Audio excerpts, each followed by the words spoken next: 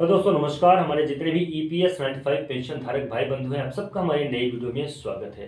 दोस्तों बहुत ही महत्वपूर्ण बात है कि ईपीएफओ के दो सर्कुलर जारी हुए हैं। जो पहला सर्कुलर है 26 जून तक टाइम को बढ़ा दिया गया है, और जो दूसरा नंबर का सर्कुलर है वो है संयुक्त विकल्प के सत्यापन के लिए उस जो फॉर्म को आपने सबमिट किया उसको हटाने और उसमें पुनः जोड़ने, पुनः जमा करने के संबंध में है, जो 3 मई को और 2 मई को जो तो सामने आए हैं। 2 मई को 26 जून तक जो टाइम एक्सटेंड हुआ है उसके बारे में, और जो 3 तारीख को आया है सर्कुलर, ये सामने सर्कुलर आया है। दोस्तों दोनों आपको यहाँ पे दिखाई दे रहे होंगे।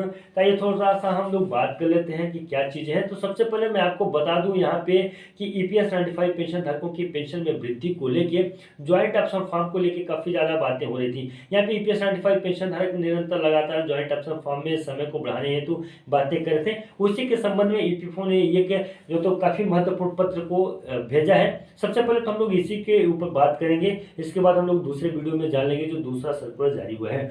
तो विकल्प के लिए जो यहाँ पे बात हुआ है, तो सबसे पहले उस पूरे फॉर्म को आप देख रहे होंगे। थोड़ा मैं हिंदी में आपको समझा देता हूँ, आप बिल्कुल आप अपने तरीके से इसको ले लीजिएगा और समझ लीजिएगा, क्योंकि हमारे जितने भी दर्शक हैं सब हिंदी भाषी हैं, सबको हिंदी समझ में आता है और हिंदी में ही वो जानना चाहते हैं।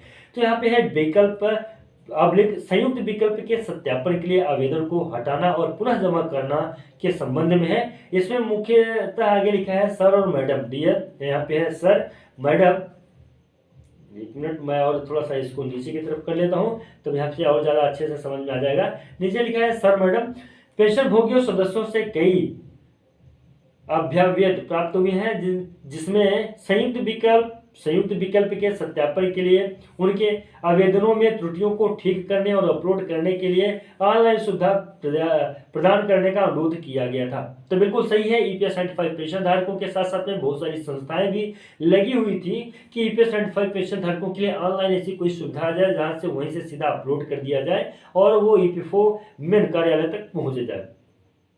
तो दूसरे नंबर पे है तदनुसार ऑनलाइन कार्यक्षमता में डिलीट एप्लीकेशन के लिए एक बटन प्रदान कर दिया गया है। कर्मचारियों को आवेदन करने को हटाने के बाद यदि अनचाहे सही विकल्प या विवरण को अपलोड के साथ संयुक्त विकल्प के सत्यापन के एक नया आवेदन को भी दाखिल कर सकते हैं। तो दोस्तों यहाँ पे कुल मिला के यहाँ पे एक बहुत ही अच्छी बात है कि अगर मान लीजिए कि कभी ऐसा होता है कि आपने जो अपने डॉक्यूमेंट्स को ऑलरेडी सबमिट कर चुका है उसमें अगर गलत हो जाता है तो बिल्कुल आप उसको करेक्शन कर सकते हैं। करेक्शन करने के बाद में वहाँ पे दोबारा से जो तो अपलोड कर सकते हैं। अब यहाँ पे क्या होगा, हालांकि इस बटन का उपयोग केवल तभी किया जा सकता है जब नियोक्ता ने कर्मचारी द्वारा प्रस्तुत विकल्प संयुक्त विकल्प के सत्यापन के लिए आवेदन पर कार्रवाई नहीं की गई हो, तभी उसको बदला जा सकता है। अगर कोई कार्रवाई हो जाती है तो आप उसको नहीं बदल सकते हैं। ठीक है, आगे चौथा नंबर पे है जहां नियोक्ता ने संयुक्त विकल्प के सत्यापन के लिए आवेदन पर पहले ही कार्रवाई कर दी है, कर्मचारी डिलीट बटन का उपयोग करने में सक्षम नहीं होगा। हालांकि ऐसे मामले में भी कर्मचारी को 23/4/2023 के प्रधान कार्यालय के परिपत्र 2023 के पत्र संख्या 18 के अनुसार फील्ड कार्यालयों द्वारा संयुक्त विकल्प के सत्यापन के लिए आवेदन की जांच के बाद त्रुटियों को सुधारने का अवसर दिया जाएगा। तो बिल्कुल यहाँ पे दिया जाएगा। जो जिनको डिलीट करने का ऑप्शन नहीं मिल पा रहा है उनके लिए भी जो तो अवसर दिया जाएगा, लेकिन वो यहाँ पे नहीं होगा कि ऑनलाइन पोर्टल के माध्यम से कर सके। उनको फिर जो तो अनुसार फील्ड कार्यालयों के द्वारा जो तो उनका किया जाएगा। तो ये महत्वपूर्ण बात थी। यहाँ पे जो ईपीएफओ का 3 तारीख को जो तो एक सर्कुलर आया था, उसी सर्कुलर के ऊपर हम लोगों ने बात किया, जिसकी कॉपी यहाँ पे लगी हुई है। आप कॉपी को भी देख लीजिएगा, मैंने आपको डायरेक्टली बता दिया है। तो दोस्तों उम्मीद करता हूँ कि पूरी जानकारी आपके समझ में आ गई होगी। जो आपके मन के अंदर में कंफ्यूजन था वो कंफ्यूजन भी दूर हो गया होगा।